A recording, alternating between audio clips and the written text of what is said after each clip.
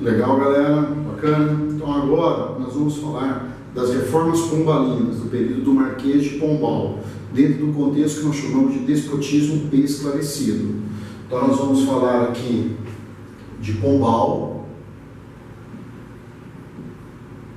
Pombal que entre 1750 e 1777, então no espaço de 27 anos, foi um dos homens mais poderosos. Num certo momento é o homem mais poderoso, junto com o rei Dom José I, o rei de Portugal, o homem mais poderoso, de poder inquestionável, incontestável.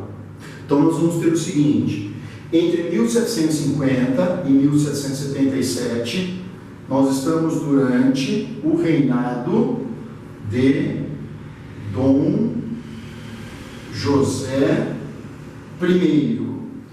Dom José I é o rei de Portugal entre 1750 até a sua morte, 1777, filho do rei Dom João V, aquele que nós estudamos no Tratado de Madrid. Pombal entre 50 e 70, durante o reinado de Dom José, ele foi o primeiro secretário do rei. Ele é o primeiro secretário do rei Dom José. Do rei Dom José I. Primeiro secretário, para ficar mais fácil, seria o que hoje chamaríamos talvez de um primeiro-ministro, chanceler. É o cara que detém o poder de governar. Dom José era o primeiro, é o homem mais poderoso de Portugal. Estamos dentro da estrutura do Estado Nacional moderno, que chamamos de absolutismo. Mas este rei Dom José, delegando ao Marquês de Pombal plenos poderes para governar, através de uma estrutura de Estado, o reino português e suas colônias. Ele receberá dois títulos importantes, que é o Conde de Oeiras, mas é mais conhecido como o Marquês de Pombal. É o último título que ele recebe. Ele recebe o título de Conde de Oeiras e recebe o título de Marquês de Pombal. E ele era o primeiro secretário do rei Dom José I. O Pombal, ao longo desse período 50 e 77, ele vai encarar em 1755 os efeitos negativos de um terrível terremoto que sacudiu Lisboa. Em 1755, um terremoto atinge Portugal, atinge Lisboa. Fala-se hoje, calcula-se hoje entre 8 e 9 pontos na escala Richter, que é aquela escala que mede a quantidade do terremoto. Calcula-se entre 8 e 9, o que seria hoje na escala Richter. Não se sabe exatamente o potencial, mas destaca-se a destruição de 2/3 da cidade de Lisboa. A cidade de Lisboa foi arrasada, e depois do terremoto que atingiu a cidade de Lisboa, haverá a recuperação. Haverá a recuperação.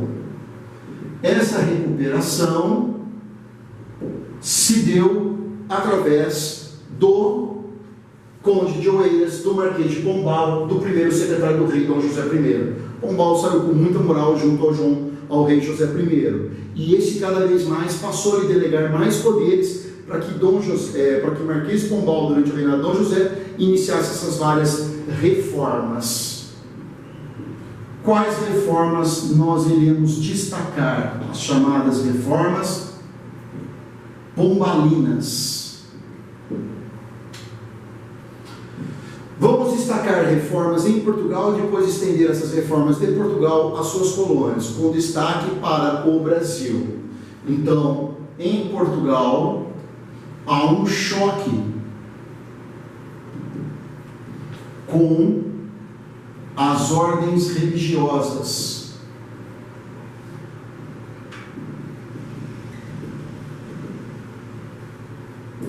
Com destaque para a jesuítica. O Pombal vai fazer uma série de reformas, e nessas reformas se choca com os interesses dos jesuítas. haverá uma tentativa de assassinato do rei Dom José, né? Ficou conhecido como o caso dos Távoras. Dom José tinha uma amante ligada à família dos Távoras que tentam matar o Dom José. O Pombal vai iniciar uma violenta, agressiva repressão aos Távoras e fez uma relação entre a tentativa de assassinato do Dom José também aos jesuítas que estariam insatisfeitos com ele, Pombal sustentado pelo rei Dom José. E a partir dali, ele, Pombal, também passa a empreender uma série de políticas contrárias aos interesses dos jesuítas, culminando com a expulsão da ordem jesuítica de Portugal e de suas colônias. A expulsão dos jesuítas. Teremos a expulsão dos jesuítas de Portugal e de suas áreas coloniais, de suas colônias, inclusive e principalmente o Brasil.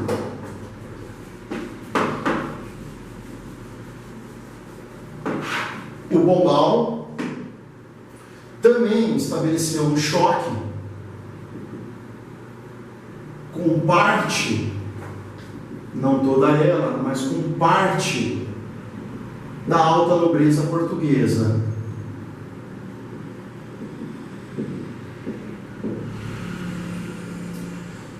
Uma dessas questões que coloca a alta nobreza portuguesa em choque com o Pombal foi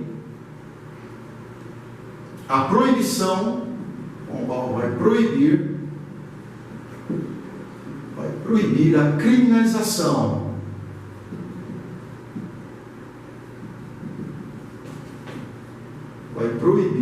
proibição da criminalização dos cristãos novos. Aqui também às vezes aparece uma expressão cristãos velhos. Quem são chamados cristãos novos? Judeus ou islâmicos, na maior parte das vezes judeus, que abandonam sua religião e se convertem ao cristianismo, é um cristão novo. Só que esse processo em Portugal é tão antigo que já há famílias em Portugal, antigas famílias de origem judaica, convertidos ao cristianismo, que eram chamados de cristãos velhos, mas se refere ao mesmo assunto. Cristão novo é o islâmico ou o judeu, geralmente o judeu convertido à religião cristã. Então ele é um novo cristão, é um cristão novo. Mesmo famílias judaicas convertidas ao cristianismo, havia um forte preconceito em relação a elas. Não, olha, eu sei que você é judeu, você tem um antepassado judeu. Mesmo convertido ao cristianismo, há ainda um estigma muito forte sobre essas famílias. Ou seja, há aquele sentimento que nós podemos usar, muito comum no século XX, durante a Segunda Guerra Mundial, que é o sentimento do antissemitismo. Em Portugal, assim como em Espanha e em outras regiões europeias, o antissemitismo é muito forte. Ele é muito forte dentro da Igreja Católica, dentro do mundo cristão. Então, famílias judaicas convertidas ao cristianismo, mesmo convertidas, ainda sofriam preconceitos. Pombal proíbe a perseguição aos judeus, proíbe a perseguição aos cristãos novos. A criminalização de famílias relacionadas ao cristianismo novo, a essas famílias que em um certo momento se converteram ao cristianismo, até porque Pombal teve um apoio financeiro muito forte desses setores na reconstrução, na recuperação de Lisboa depois do terremoto de 1755. Isso faz com que parte da nobreza portuguesa entre em rota de choque com o Marquês de Pombal, com o primeiro secretário do rei. Bacana? Temos um outro assunto importante, que é o choque com interesses ingleses.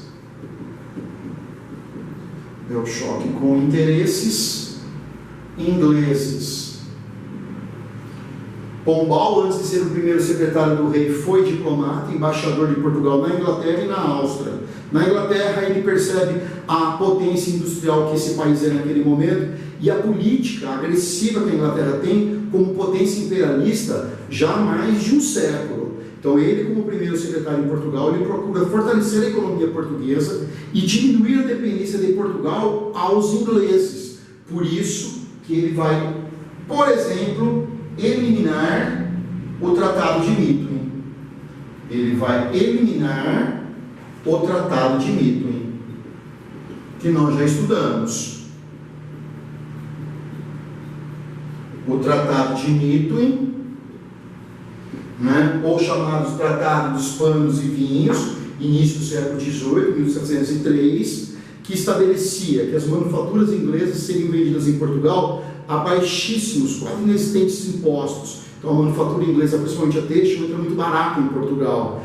Os vinhos portugueses serão vendidos na Inglaterra a baixíssimos impostos, quase zerado. Então o vinho português também será muito vendido no território inglês. Só que o vinho português na Inglaterra não afetou a economia inglesa. A manufatura têxtil inglesa vendida a baixos preços em Portugal matou a nascente manufatura têxtil portuguesa e aumentou as dívidas de Portugal em relação à Inglaterra, principalmente por causa da questão da balança comercial. Como matou a indústria têxtil portuguesa, muito tecido entrando em Portugal cada vez mais precisando de recursos e se endividando com a Inglaterra. Então o Tratado de Mito, em 1703, foi benéfico à economia inglesa e muito prejudicial à economia portuguesa. E há fortes questões negativas desde então. O Pombal elimina o Tratado de Mito, estimula as manufaturas, tanto em Portugal como em suas colônias, como por exemplo no Brasil.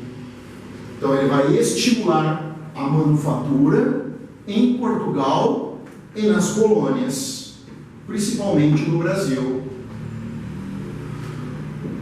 Então ele vai estimular as manufaturas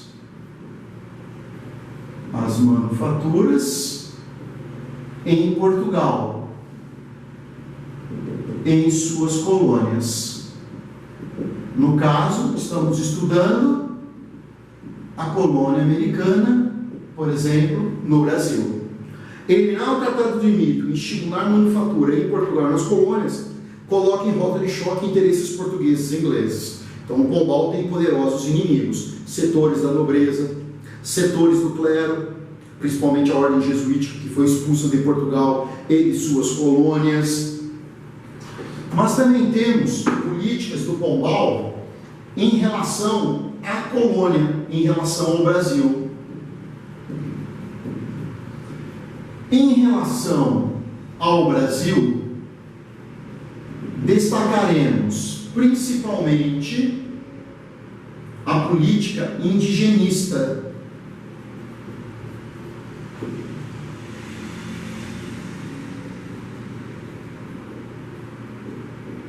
Política indigenista. Cuidado com esse tema, que ele vira e mexe muito dúvida para o aluno. Desde o século XVI e XVII, o Estado português não estimula a escravidão indígena, apesar de ela ocorrê-la.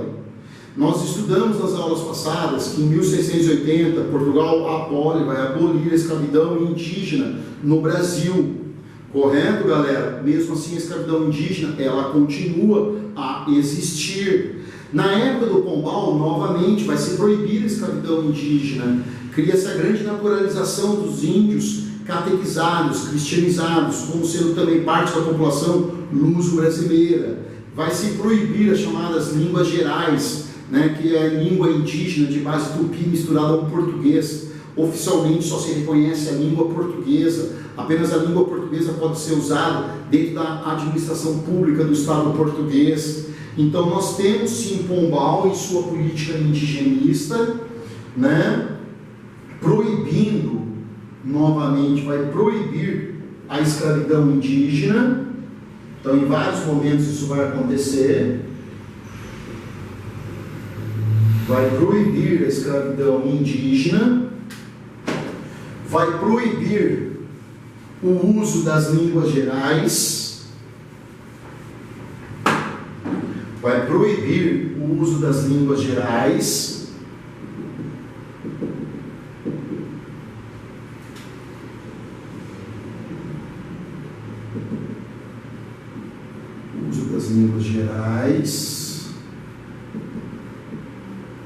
que é uma língua tupi misturada à língua portuguesa. Só a língua portuguesa oficialmente é reconhecida por Portugal, só a língua portuguesa é usada dentro das repartições públicas. E teremos a grande naturalização dos índios.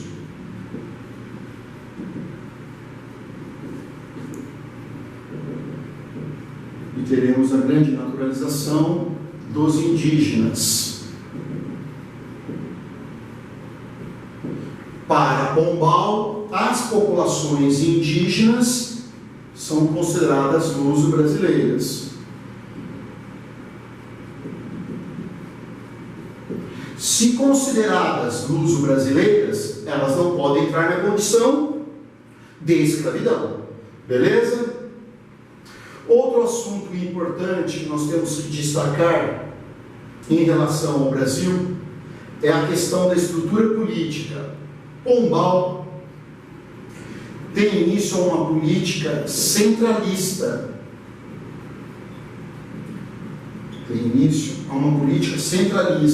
Pombal é um centralizador. Pombal é o primeiro secretário de um rei de uma estrutura absolutista.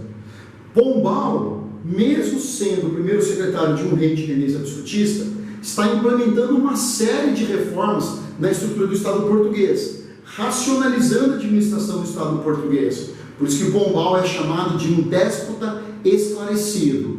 O governo é absolutista, não se questiona o absolutismo, mas reformas são feitas, reformas no intuito da racionalização política, na racionalização econômica, na racionalização do uso da própria máquina do Estado. Por isso chamado de déspota esclarecido. Dentro dessa política centralista do Pombal em relação à colônia, nós podemos citar o fim da estrutura das capitanias hereditárias. Então nós vamos ter o fim, oficialmente é o fim das estruturas, das capitanias hereditárias.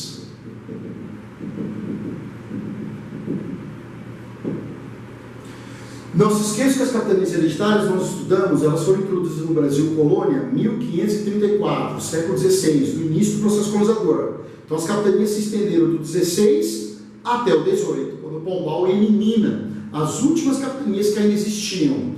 Todo o território agora da colônia portuguesa é diretamente administrado pelo vice-rei indicado pelo Estado português.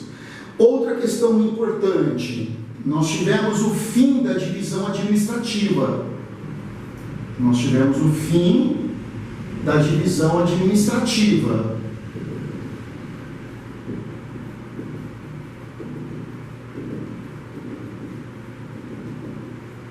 Que nós já estudamos. O Brasil, a partir do transição do século XVI para o século XVII, foi dividido em duas áreas administrativas. O Estado do Grão-Pará e Maranhão, capital Belém. O Estado do Brasil, capital Salvador. Não temos mais essa divisão administrativa. Agora, Brasil colônia é uma coisa só. E uma única capital, a cidade do Rio de Janeiro. Então nós teremos o fim da divisão administrativa e o fim dessas duas áreas de capitais. Não temos mais nem Belém, capital do estado do Grão-Pará e Maranhão, e nem Salvador, capital do Brasil. O Brasil é uma coisa só, e agora nós teremos como uma única capital o Rio de Janeiro. Então o Rio de Janeiro se torna a única capital.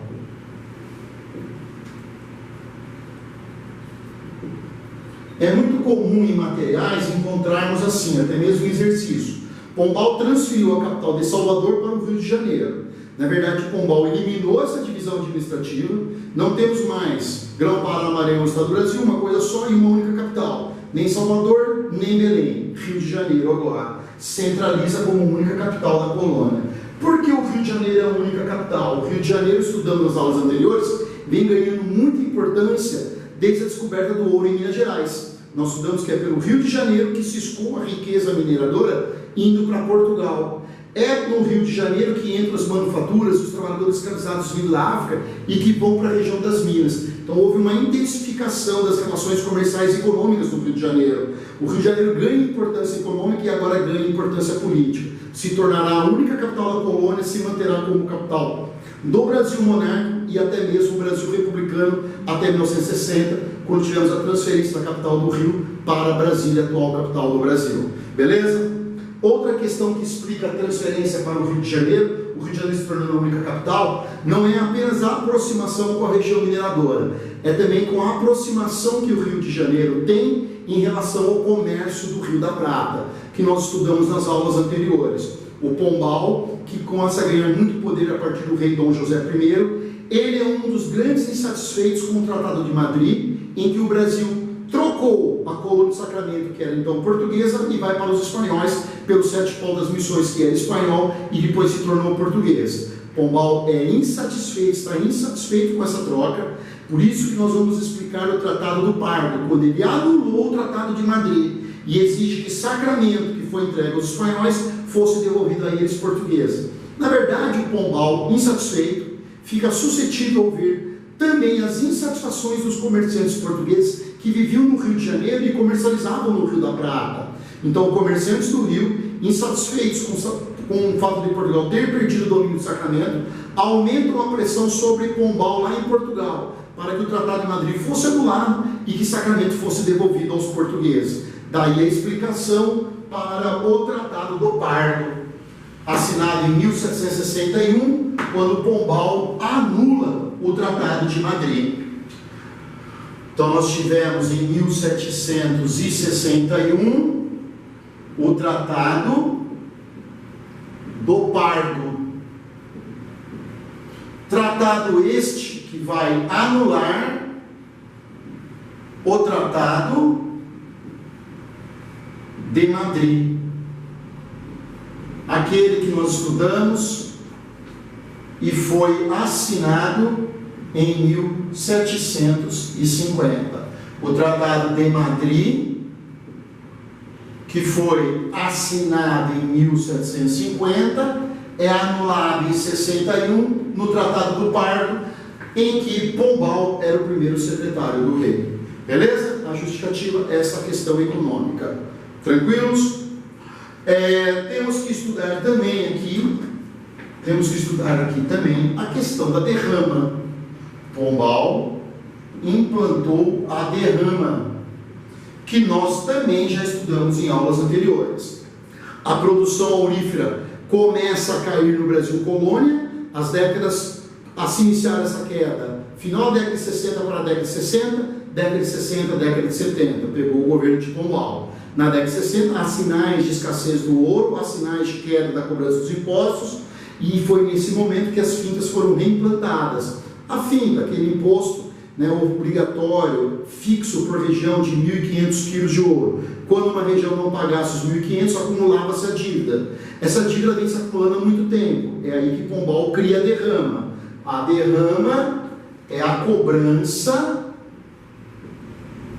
das fintas atrasadas. Ou seja, a cobrança dos quintos atrasados. Os quintos que estavam dentro da finta, dos 1.500 quilos de ouro. Então, Pombal implanta a derrama, que é cobrar as fintas atrasadas, os quintos que estão acumulados das áreas coloniais no Brasil. A ideia de Pombal é aumentar a arrecadação. Só que nós sabemos que a derrama é extremamente impopular, porque quando o minerador não consegue pagar os seus impostos, ele perdia as suas propriedades, o confisco de suas propriedades. Por isso que a derrama não era implantada todos os anos, mas ela começa a ser cobrada a partir do Marquês de Pombal. Beleza, galera? Grande abraço, até mais.